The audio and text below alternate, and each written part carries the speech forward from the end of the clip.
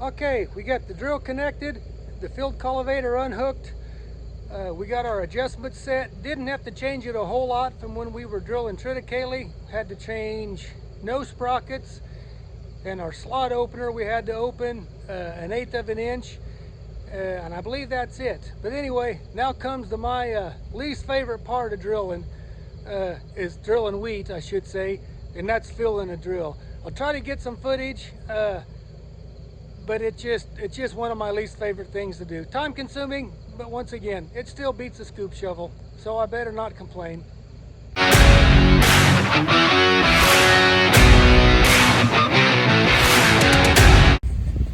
I'll explain a couple more things while I'm up here on the drill box. See this thing right here? Just a pivot. I'll show you what that does.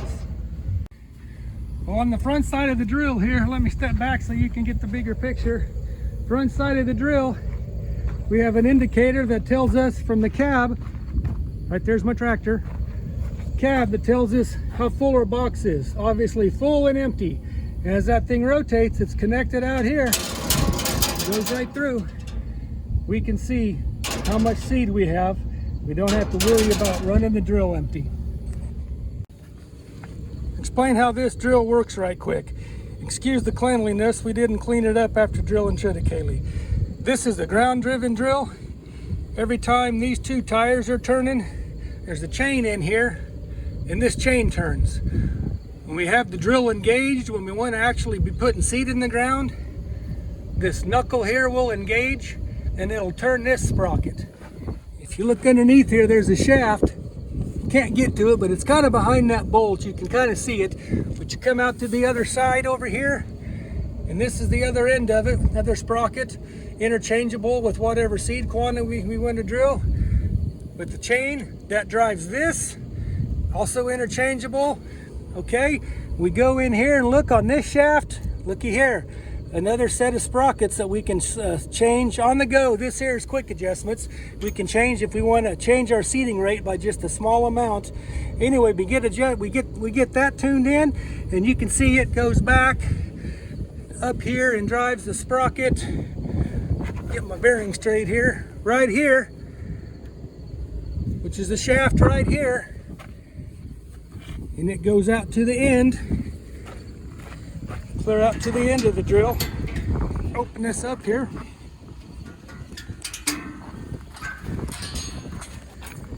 This is the shaft I was talking about. It's turning, and then this connects right to the bottom of the drill, and that's our seed slot. And when all this is turning and working properly, every time this tractor's moving, rolling forward, every time those tires are turning,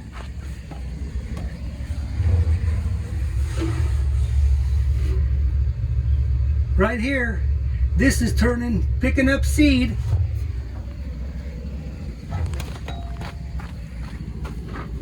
The seed comes out. The seed comes out of these tubes right here, falls down into what we call a seed opener. This goes into the ground, these discs turn,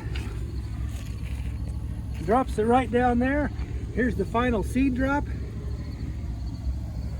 and we're in the ground. Simple as that. That's Grain Drill 101.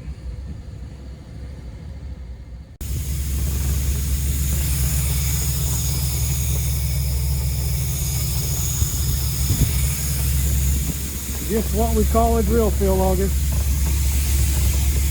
You can see my switch broke, so we're just doing it the poor man's way, wrapping the wires together. We'll get her fixed, just don't want to take the time to do it right now. Half done. So far, working pretty good. This auger seems to be working much better now. I think what happened is it got inside of this tube right here. I just believe it got gummy. This is the same auger we were using for our grain a few days ago. I think now we got all that gum cleaned off of there. Got the inside, what we call, polished up. This wheat flows much easier. Show you the back of the truck here. Slowly, We're slowly augering it off of there. Like I said before, beats the scoop shovel.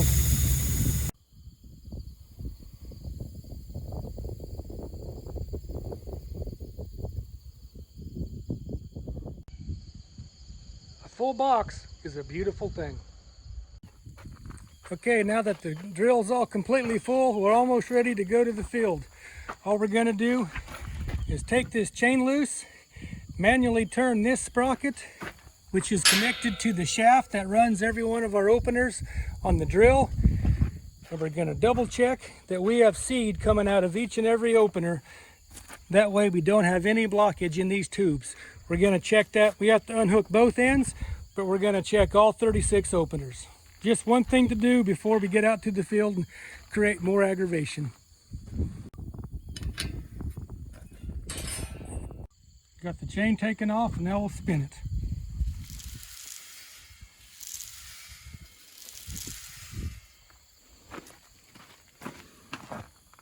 And as you can see, we're going to check each and every one if it's got seed coming out of it. There's another one. There's one, looks good. We're going to check all the way down, all 36 of them. Hold the drill forward here about 5 feet. And you can see, if you count them walking all the way down here, I got 36 little piles of grain. Tells me each and every one of those openers, or each and every one of those tubes is dropping grain. So we're good to go. Look away, look away. We're not going to talk about what happened there. Safety is extremely important to me, as it should be for every farmer and literally everybody. So what I'm going to do now, because I'm going to be going down the road just a couple of miles, we have these cylinder stops we put in. There's 4 of them across the width of this drill. This just prevents these openers from falling as I'm driving down the road. Probably won't be able to put this in there one-handed, but I'll take a video of it real quick, or a picture, when I have it installed. That way you know what it looks like. But like I say, there it is, just a simple cylinder stop. Well, what it does is prevent this bar right here from falling as we're driving down the road. There's a series of 4 of them across the width of this drill. Installs real simple. Just this pin right here, slides in, slides out, snap it in place. As you can see here, we got the drill all folded up, ready to head down the road. This has a hydraulic hitch, which in turn picks these wheels off the ground so they don't drag. We've got one more cylinder stop for safety. It slips in right there. Grab this locking pin, put it in. It's locked in place. Now if this hydraulic cylinder happens to blow an O-ring, or I even go through a hose goes bad while I'm going down the road, this will only let this fall. What is that, a 1/4 inch, 3/8 of an inch? It won't allow this entire drill to fall and cause damage to the drill, cause damage to the road, and ultimately, possibly harm me, or even create an accident on the highway. I will not. Only one last thing to do. Wash our hands, and then let's go drilling. Look at that little kitten trying to get a drink out of that tank. Huh. Hope he's got enough. He must be thirsty. Just got started drilling this morning, about 11:30. Things going real good. I'm just on my second pass here. Tractor says we're drilling about 20 acres per hour. Not dynamic, but pretty good for our equipment. Very happy to report that. Other than that, things are going real good.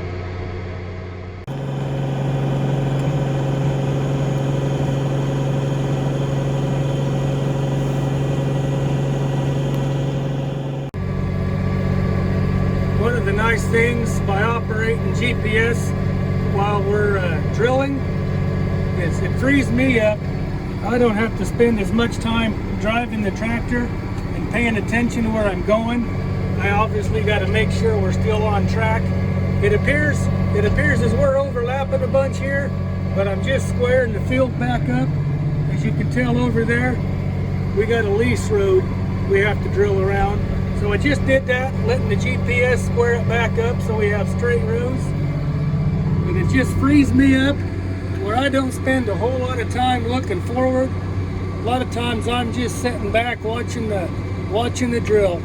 Just sooner you can catch an issue or a problem, the quicker we can get it repaired. If you see here by the monitor, it says our coverage as we've drilled so far 23.46 acres. That continues to count up. Hard to hold the camera steady. Continues to count up as we're drilling, 23.51. And you notice out there, see if I can zoom in. Right there, that drill indicator, the box indicator, says we're roughly half. Go over here to this side. That one says we're roughly half also. It just lets us not have to worry about when the box runs out.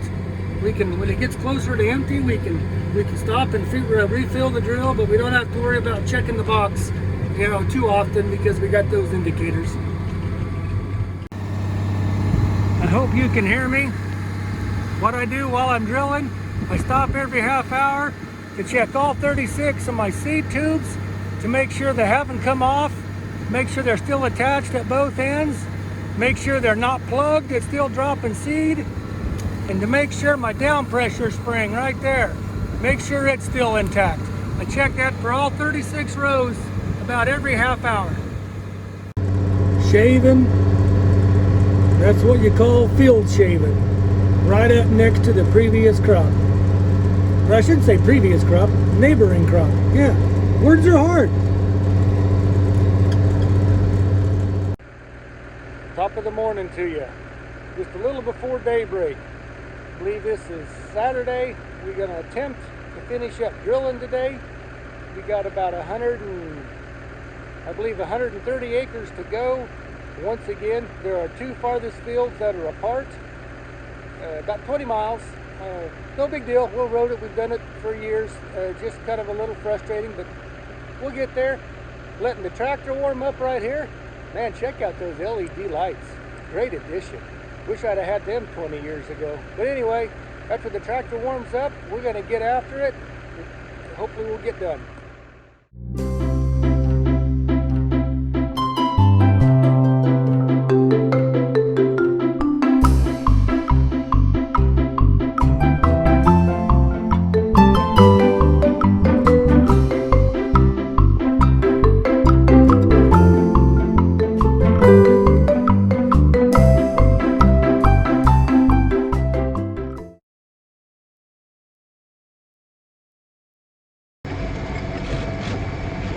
Remember when I told you without any trouble we might be able to get finished today? Well, on my second pass of the field, I could smell antifreeze, and I noticed my water pump was dripping. Not leaking, I mean just a little drip every so often. Well, it's not going to get better, and I was worried that it might eventually break loose and send the fan through the radiator and create a lot more issues. So I contacted the local implement dealership, actually where we bought this tractor, talked to the shop foreman, and he said, no, that's not going to happen. If it gives completely out, you'll just hear a bang. Shouldn't do any more damage other than a water pump, and just make a heck of a mess with antifreeze. I think what we're going to do is just roll the dice, keep going here. I'll keep my eye on it. If it doesn't get any worse, all we're going to be out of is a little bit of antifreeze. And then obviously we'll need to get this tractor in this winter and get it taken care of. After today, if we're able to get finished, probably won't be using this tractor a whole lot more this fall, so if we can get it to hang together, things should work out well. So sure could use some good luck right now. Hey, that guy that gave the millennial farmer some beef jerky, suppose I could get some airdropped out here to central Kansas. Man, that stuff looks good. I stopped and checked the water pump again. It appears to be it's not leaking near as bad. Evidently that tube of silicone I shot into the radiator must have done the trick. Just kidding.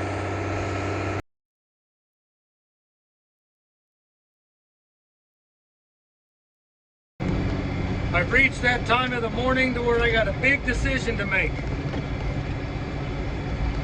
Do I take off my hoodie? Or do I turn on the air conditioner?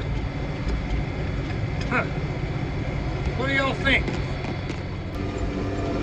Fall farm work? And Fort Hays State University football on the radio. Life is good. 15 acres to go.